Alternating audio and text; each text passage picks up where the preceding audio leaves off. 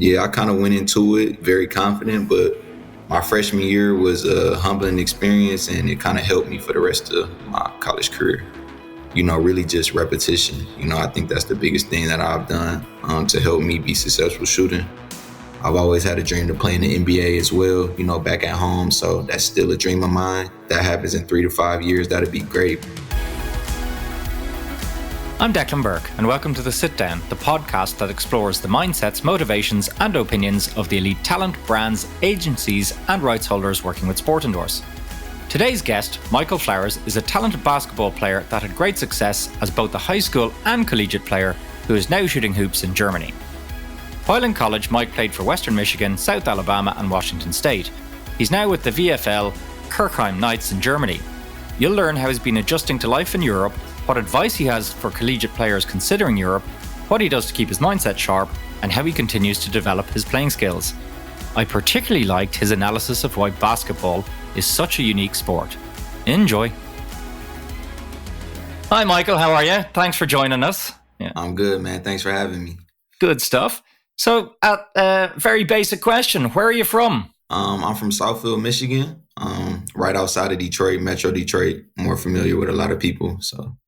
Okay, pretty cool. And you're talking to us because you're a really good basketball player. So begs the question I always ask, what got you into your sport in the first place? Honestly, I touched the ball when I was about 5 years old and I fell in love instantly. So it was just kind of something that just was placed on me at a young age as a kid. And, I looked up to a lot of older athletes professionally and dudes that I knew from my city and playing against other dudes at a young age. And I just fell in love with the competitiveness and the love of the game, so.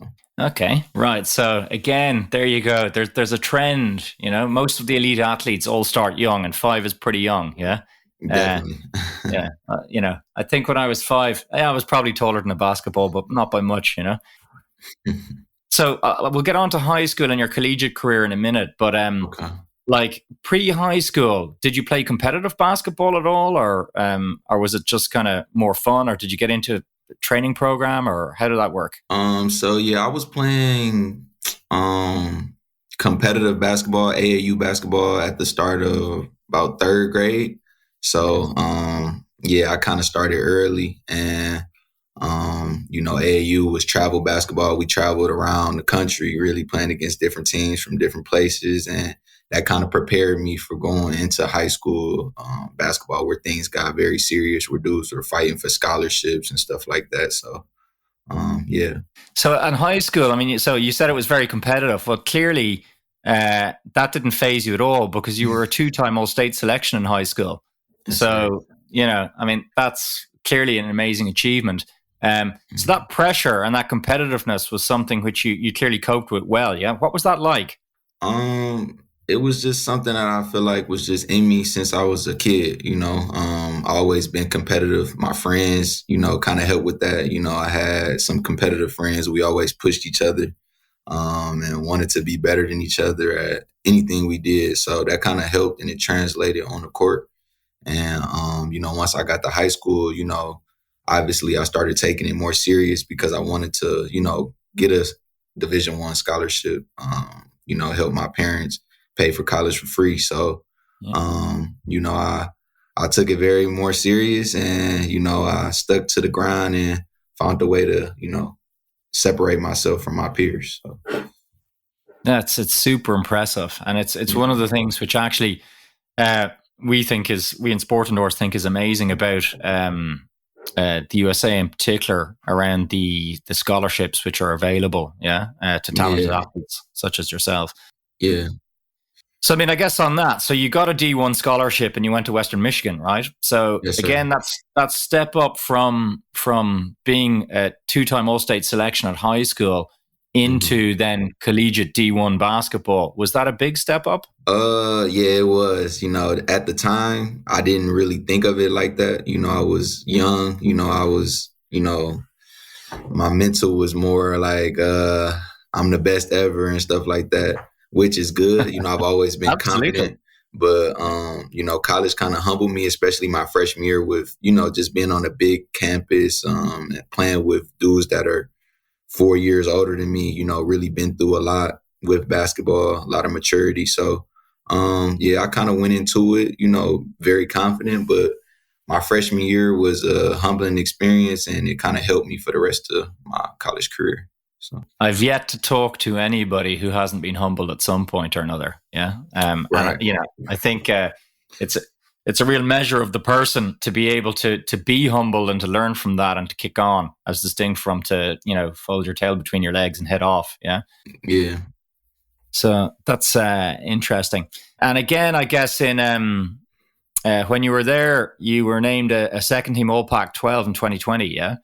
So again, from like a high level, looking at your career, your collegiate career, it really looked like you're saying your freshman year was difficult, but you clearly built from there, and you took off again and started winning awards. Yeah. Yes, sir. And so, but then at some point you moved, right? And you moved to South Alabama. Yeah. Yeah. What prompted that move? Were you scouted, or what happened? I left Western Michigan after my junior year, so it was a lot going on at that time. That was the year that the pandemic broke out, and it ended everyone's season pretty early that year, going into March. So with all of that going on, and then on top of that, my coach got fired after all of that. So that was a big transition. For me and a couple of my teammates, for my last year in particular, what I thought was going to be my last year before COVID gave us all an extra year. But I kind of wanted to choose where I wanted to be and who I wanted to play for my last year. I knew it was a big year for me. So, I kind of just wanted to make sure I ended my college career off on a good note. So that kind of prompted me to go to South Alabama and play for Richie Riley, which I think was a great decision for me. Okay, yeah, and definitely a different climate, right down there in the Sun Belt. Yeah. Oh yeah, definitely a different climate. yeah, it's interesting on the climate basis. There's an English runner who actually spent time in Arkansas and Arizona State, and his favorite thing about the USA, the weather in Arizona. Yeah. So that was one of my favorite. That was one of my favorite things about Alabama as well. I grew up in Michigan. So we get a lot of cold winters, and going to Western Michigan, it was the same thing. So when I got a chance to play in Alabama, realizing how the weather is during the wintertime, during the season, it was one of the best things I ever experienced. So I was happy. Yeah. Okay, that's cool. And I mean, you got a first team All Sun Belt Newcomer of the Year recognition that year, right? So yes, again, it kicked on beautifully, right? So that drive was still there quite clearly. And then you hopped. So I guess you're what we call it the bonus COVID year. You moved on from South Alabama, to back up kind of north to Washington State, yeah. Yes, sir. So what influenced you in that? Too hot down in Alabama? Well, it definitely wasn't the weather, man, because I went from hot to cold again. We get some cold winters and pour them in Washington. But it was just, another opportunity to just move up and to play in a Power 5 conference, something that I always kind of dreamed of as a kid. And after this COVID broke out with giving everyone an extra year, it was a lot of people in my ear, in my corner that I trusted, telling me that it might be a good decision for me to, use that year to play at a higher level school to get more exposure and recognition to help me going into my professional year. So that was just the idea around that. It was a hard decision for me, though, because, South Alabama treated me so well that year. And, I loved my teammates and my coaching staff and stuff. But, I just felt like this was an opportunity that I couldn't pass up. And, it was a good opportunity for me in the end. So, yeah, I hear you. It's life throws lots of decisions like that at people where sometimes the people you're surrounded with are really good and you can be very comfortable, but it doesn't necessarily drive you to the next level of performance. Sometimes a little bit of being uncomfortable or change is required for that. And that's across everybody, really. So we've gone from cold to hot to cold, right? And that leads into this question quite nicely. Like every elite athlete who I've talked with comes across tough times. Now, you've mentioned your freshman year, you were humbled a little bit, but Yeah. how do you stay motivated? Like some people have little tricks, mind tricks, different things that they use. So on that day when you get up and you're like, man, I'm just beat and I'm just, I'm not into it. Yeah. Right. What do you do to turn that switch back on? So lately I've been big on, meditation. I think that's something that really helps for me. I wasn't really into it as much my freshman year of college, but later in my college career, I got into it. And it started showing, better results for me on those days where I was, I didn't feel like doing anything. I wasn't motivated or I just felt overwhelmed. So, I started doing that and now I kind of put it into my daily routine as best as I can. And, every year I see the benefit in it. So that's something I definitely would recommend for others who may be looking for that as well. And something that definitely helps for me.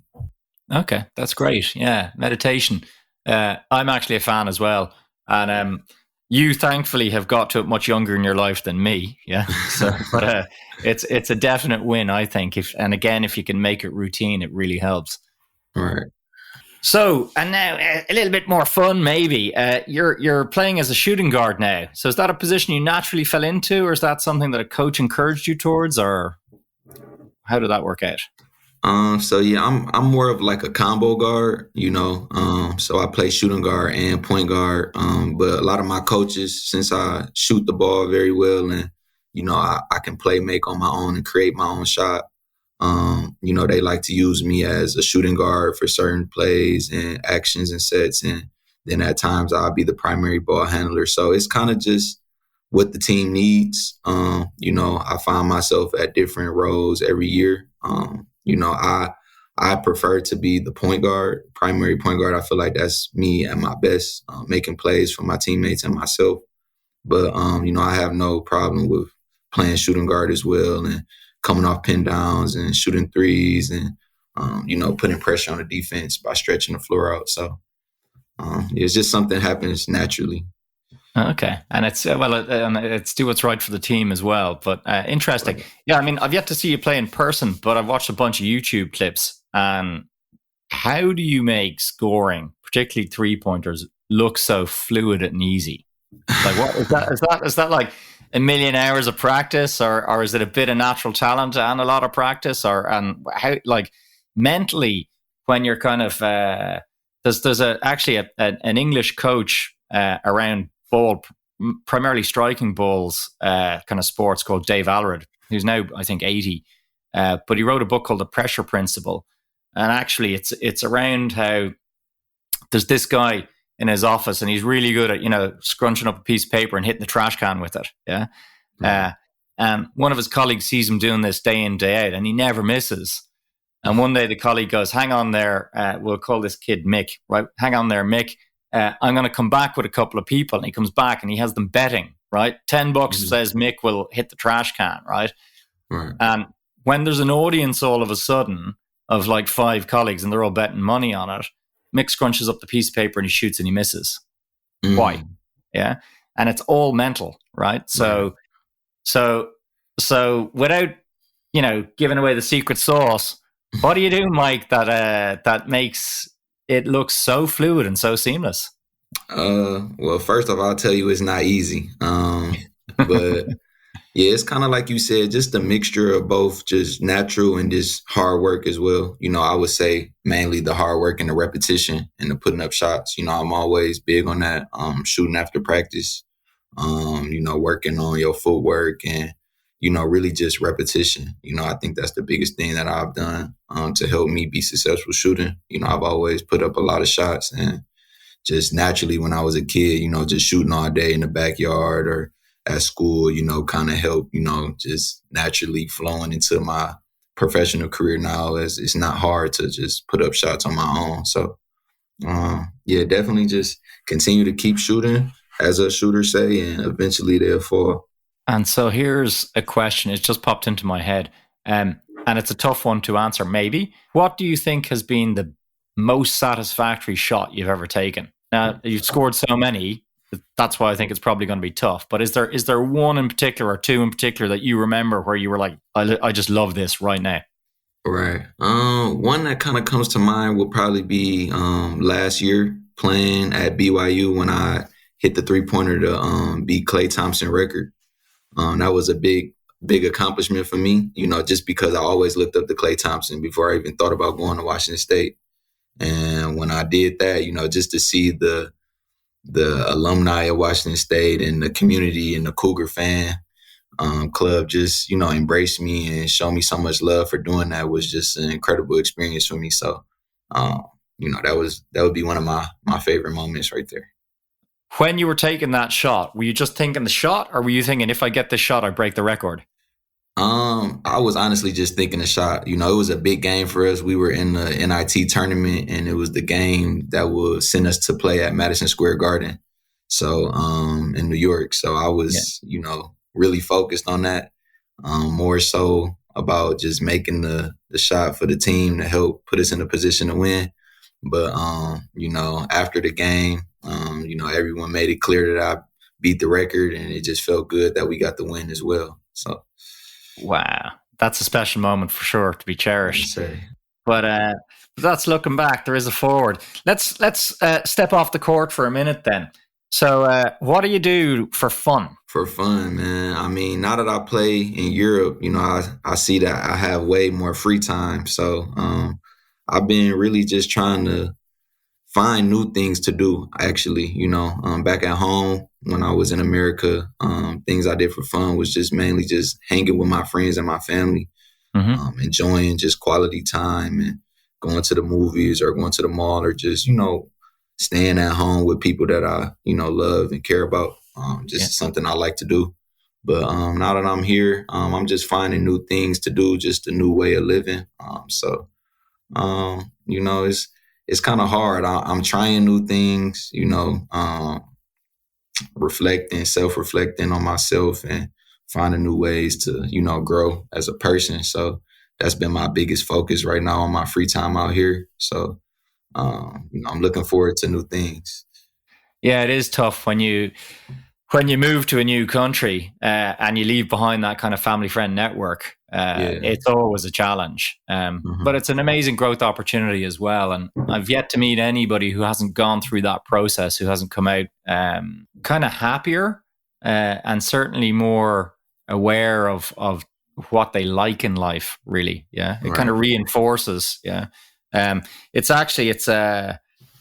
this is a bit of a tangent, so apologies, but there's a boxer, I won't name him, but there's an Irish boxer who is living in LA, and doing quite well. And he took the decision to move back home here to Ireland, and he was asked on TV why. And he said, well, for all of the kids out there watching, social media isn't real. He said, you'll have seen the pictures of Venice Beach and the nice cars and the good-looking girls and all the rest of it, etc. But you won't have seen the picture of me crying my eyes out on my sofa on a Friday night because I'm homesick. Right. Because people don't take pictures like that and put them on Instagram. Yeah. Right. Exactly. So, that whole, and that's totally natural. It's totally natural. And it's stuff that people really don't talk about. So, I feel for you, but anyway, hopefully Sport Norse can help get you a bit more active. Right. So again, nutrition tends to be important for sports people. So, and the flip side of that is some have cheat meals. Yeah. And that can be anything from, so do you have a cheat meal? And if so, what is it? Oh, I definitely have a cheat meal. Right now I would probably say it would be a hamburger. It's probably the most common food they have down here that I'm used to. We have a spot that we go to regularly for our cheat day, which is normally like Sunday on our off day. So, okay. Yes, sir. A good burger. Excellent stuff. And outside of basketball, are you a fan of any other sports or not? Some people are, some aren't. Yeah, I'm a big sports fan. Period. I watch a lot of different sports. I wouldn't say that I'm a diehard fan like I am for basketball, of course, but, I watch American football. I had a friend growing up that played baseball, so I used to watch baseball at times. Boxing, good boxing matches I'll watch. Soccer I've got into, or football, which they call it over here in Europe. But, I see how popular it is over here, and I actually enjoy watching, some of the World Cup games and stuff like that. So, I'm a sports fan. I enjoy the competitiveness of each sport, and, I'm a fan. Yeah, and I guess certainly from your seat rather than mine, because I was never an elite sports person. Right. You can probably look at the performances and understand better the effort that's gone into them. Yeah. Mm-hmm. This is a very corny question, but if you could pick an actor to be you in a movie, who would you pick? That's a good question, man. I'll probably just say Michael B. Jordan. Okay. He plays a lot of different roles. I've seen him in Creed, so he knows the athletic side of acting and stuff like that. So maybe Michael B. Jordan would be good. Okay, there you go. Michael B., if you're listening to this at any point, right. That's a new role for you in the future. Yes, sir. Right. And so music, songs, like favorite type of music, or have you got one song that's your go-to? Yeah, man. I'm a big music fan. I listen to rap, R&B, hip hop mainly. My favorite rap artist is Lil Baby, and R&B. I listen to a lot of different artists. Janae Aiko. Okay. So Summer Walker, a lot of different artists from back at home. I listen to Larry June, who is another rapper. Different style of rap. So I'm always open to hear different styles of music, different genres. I'm not too picky, but I do have my favorites, especially on game day, that kind of help me get in the right mindset and the mind frame for what I need to do. So do you have a defined kind of playlist pre-game, or do you change it up a bit? I kind of change it up. I don't never really do the same one. I kind of, certain days I might want to hear this type of artist and that type of artist and stuff, but for the most part, right before the game, it's always rap that kind of gets me in my mood. But like on the bus over to the game and stuff like that, or early in the morning on the day of the game, I listen to more R&B and hip hop, something kind of just more calm and that, just gets me going and flowing early. So, okay, there's probably an entire podcast episode on music and how that can shape the mental prep for games. Yeah. Right. And as we were kind of went from movies to music, have you got a favorite movie at the moment? Something you've seen recently, or a long-standing one that you prefer from ages ago? Yeah. I'll probably just go with something I've seen recently. I just saw Wakanda Forever, so Black Panther, the second one. Mm-hmm. That was a good movie. Also the second Avatar, I just saw that as well. So 2 good movies I saw while I was here in Europe. So yeah. Then, so the last kind of hero-y type or kind of actor type question: sporting hero. Did you have one, or do you have one? Yeah, man. Yeah. Growing up, my hero, my idol was Kobe Bryant, always. And obviously what transpired with him and, brutal. His family was, brutal. So, but he still is, what he stands for, his legacy will live on forever. And somebody who I always, looked up to when it comes to basketball and life period, his just approach to everything was just amazing. So absolutely. I would say Kobe for sure. A fine choice. Absolute legend. Yeah. Okay, so skipping back then, I guess a more sport-related question. What do you think makes basketball so special versus other sports? That's a great question. I just feel like basketball is just the most unique sport. Personally, football, American football is more like, it's more players on the team, obviously. More players on the field at all times, more stoppage, between plays. I feel like basketball is just one of the most flowing sports with action going on at the same time. In soccer, it's always flowing, but they only score a couple goals a game normally. Yeah. Whereas basketball is continuously flowing, a lot of movement, a lot of scoring of points, at all times. So I think that's what makes our sport the most unique. It's not too many other sports where it's that many points scored with that much flow going on at the same time, with all the pieces and players moving at the same time and things like that. So that's the beautiful thing about our sport. Yeah, no, that's really well explained. And I completely agree. We're going to see while you're still over in Europe at some point. We might try to get you over here to Dublin and we'll bring you along to a game called hurling, which is I don't know, it's kind of a cross between hockey and lacrosse. But and my God, it's fast and they score a lot. Yeah. Oh, okay. But, I got to see that. Yeah. So, like in terms of, so we've mentioned your sporting hero is Kobe, but have you got 3 basketball players outside of Kobe who you think are just awesome? Oh yeah. I would say Steph Curry, Fred VanVleet, and now that I'm over here in Europe, I've been looking at more of Mike James. Okay. He plays in Monaco. So those are three kind of players that I kind of, model my game after in some type of way, shape or form, and try to just take bits and pieces of that game. Pretty cool. Yeah, I mean, it's interesting. I saw a clip of Steph Curry where, like in total casual gear, he was taking basketballs off from the far end of the court and flinging them kind of overarm, right. And they just kept going in. They just kept going in. It was like, absolutely crazy. But so Europe. So you're now playing in Germany for a team which, from the look up of the roster, seems to be there's a reasonable mix of nationalities in it anyway.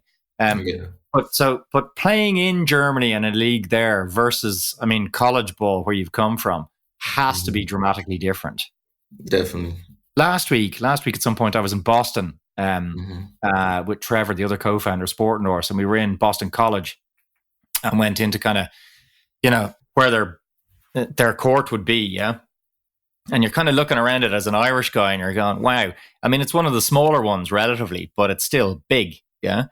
So the crowds and the fan base, which would be around college ball versus what you're seeing in Germany, it's like, is there way less? I'm guessing there's way less hype and kind of entertainment around the game, right? It's much more just get it done type stuff. Is that right?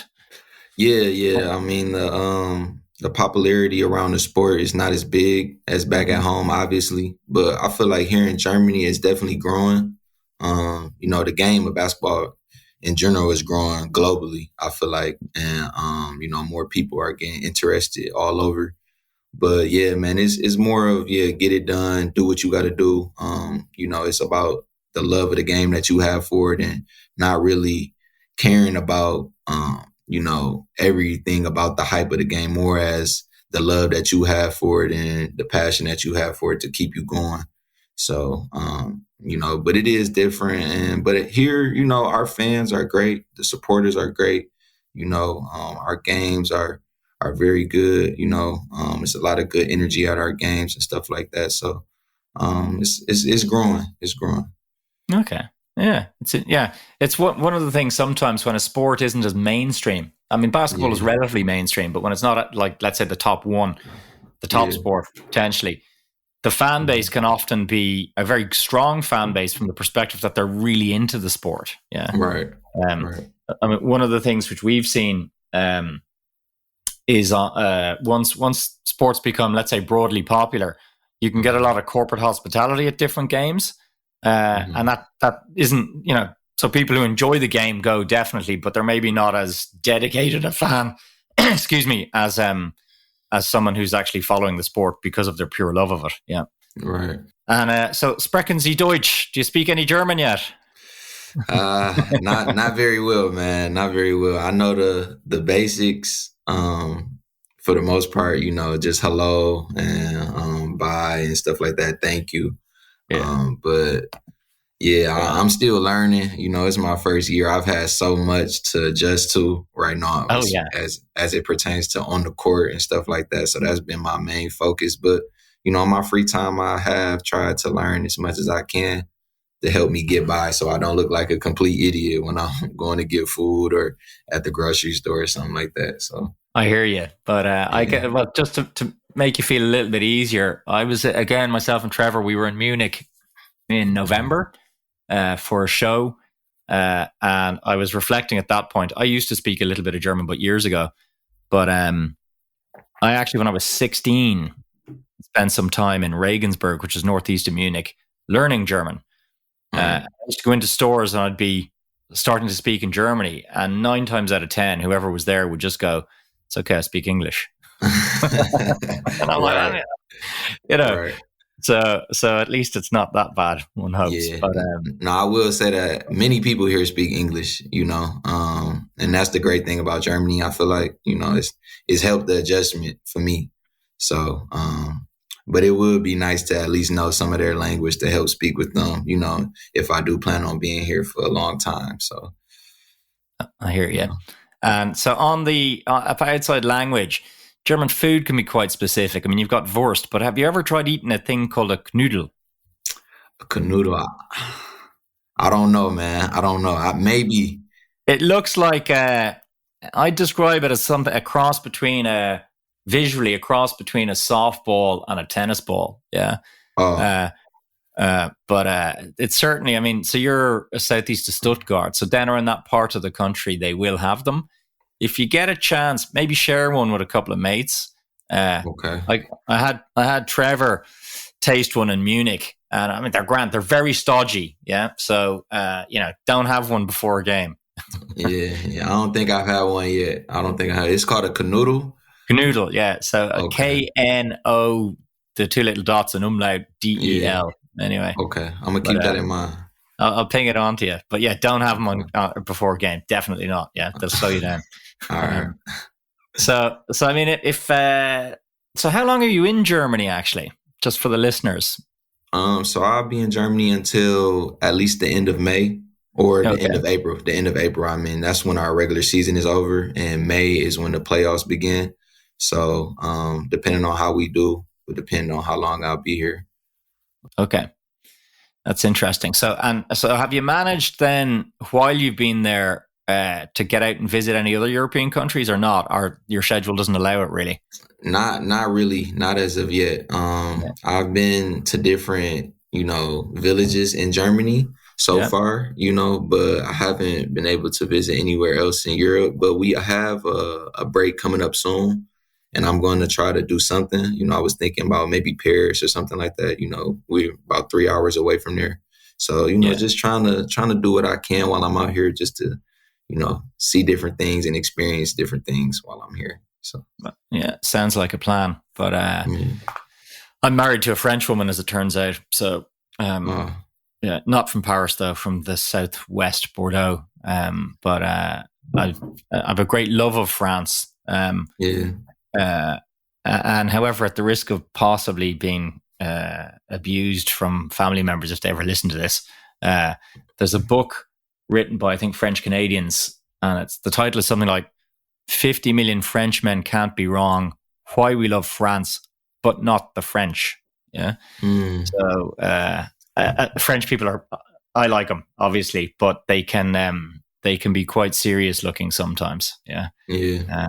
I always like a smile. So anyway, so last question just around Europe. So, I mean, you've gone from being a top tier collegiate athlete to coming to play in Europe. Any advice for someone in the US who's considering going to Europe? What do you think so far? I mean, season 1, I know. Yes or no? Good idea? Bad idea? Have a good think about it. What would you advise? My best advice would be, it's not for everybody. I can say that right now. I have some peers that have great experience over here, and then I know some peers that don't like it at all. So it kind of depends on who you are as an individual. My best advice would be, if you come over here though, just to come with the right approach and the right mentality, as far as like, you're in Europe now. It's not America anymore. And it might be hard to adjust right away and to mentally come to that understanding right away. But, it's the reality. And, things are looked at and viewed differently over here as far as the game. So just adapting to, what's going on around you, and the game itself is played differently as well. So that's a big thing. Just from the smallest things, from, violations like traveling and footwork, stuff like that. So you have to just come prepared as best as you can and just talk to someone who's played over here. That's something that helped me. One of my mentors played overseas, and he kind of gave me a lot of pointers before I came over here. But just studying the game and, really asking yourself, is this what you want to do? Okay. That sounds like really good advice. Thank you for that. So then on terms of like your day to day, I'm obviously Sport Endorse, we help athletes and brands kind of get together. So what brands do you typically use day to day, starting from, I don't know if you're a coffee drinker through to, if you carb load, what you like wearing, what if you were to pick 6 or 7 brands that you think you're using, what would they be? Since I've gotten out here, I've been more of a tea drinker, so I've been big on like green tea, trying to get on that, finding things nutritionally to, help my body. So just eating different things, from fruits and vegetables, and finding different proteins that work for me. So as far as clothes, I still wear a lot of my clothes from back home. So, sporting brands like Nike, Adidas, things like that. But, our team is sponsored by a brand called 14. I think it's Italian-based brand, which, has some nice clothing and stuff like that. So just seeing the new styles and embracing it all, and, just figuring what I like best has been a fun adventure for me so far. Okay, pretty cool. And I'm going to just poke a little bit on because you listen to a lot of music. Yeah. Do you know the brand of headphones that you have? The brand? Oh, yeah. I have AirPods, so Apple. Okay, AirPods. Yeah. Okay, fine. It's always an interesting one because it seems that, again, the athletes we talk to, they either go for things like AirPods, which are nice and tight, or they have these much bigger kind of, headphones with the kind of strap over the head.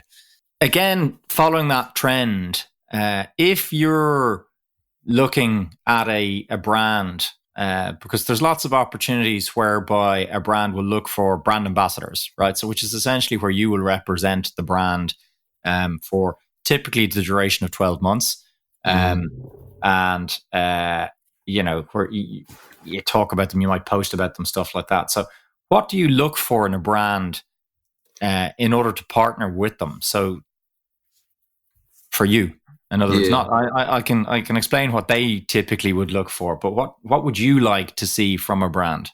I would just like for it to be something that I'm genuinely interested in, I wouldn't want to endorse anything that, I'm not too interested in, maybe if I wasn't interested in at the time, maybe learning about it would help, but just kind of something that I'm, I do on a daily, or something that's just kind of natural for me to just endorse and, promote, would just be more, organic for me. So. Okay. That is, believe it or not, Mike, that's a perfect answer.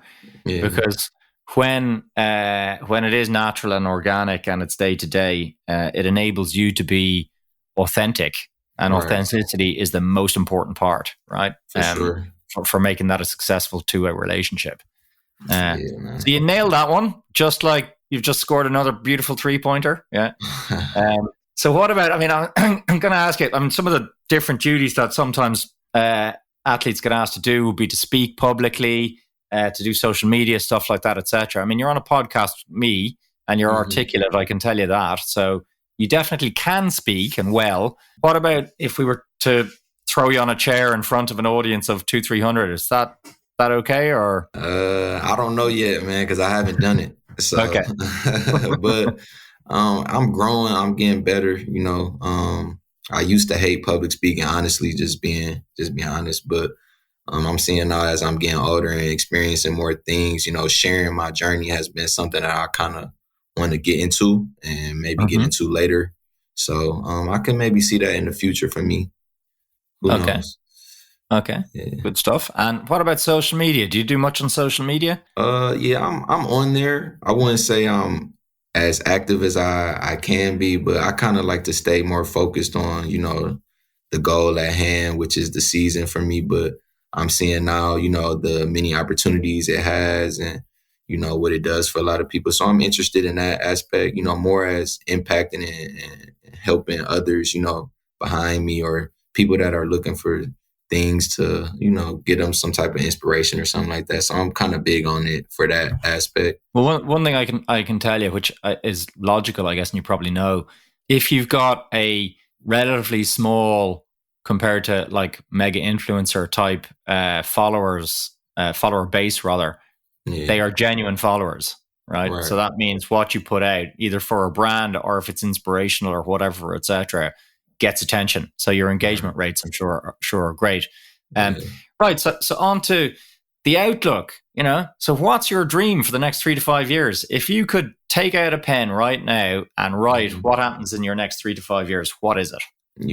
Just being in a better position I was in the year prior every year, honestly. Okay. I believe in, just taking it a year at a time and not getting too ahead of myself. But I definitely want to climb the ladder in Europe, the Euro League. I want to do that. I've heard so many great things about it and just giving myself the best opportunity to just travel and explore and play high level competition.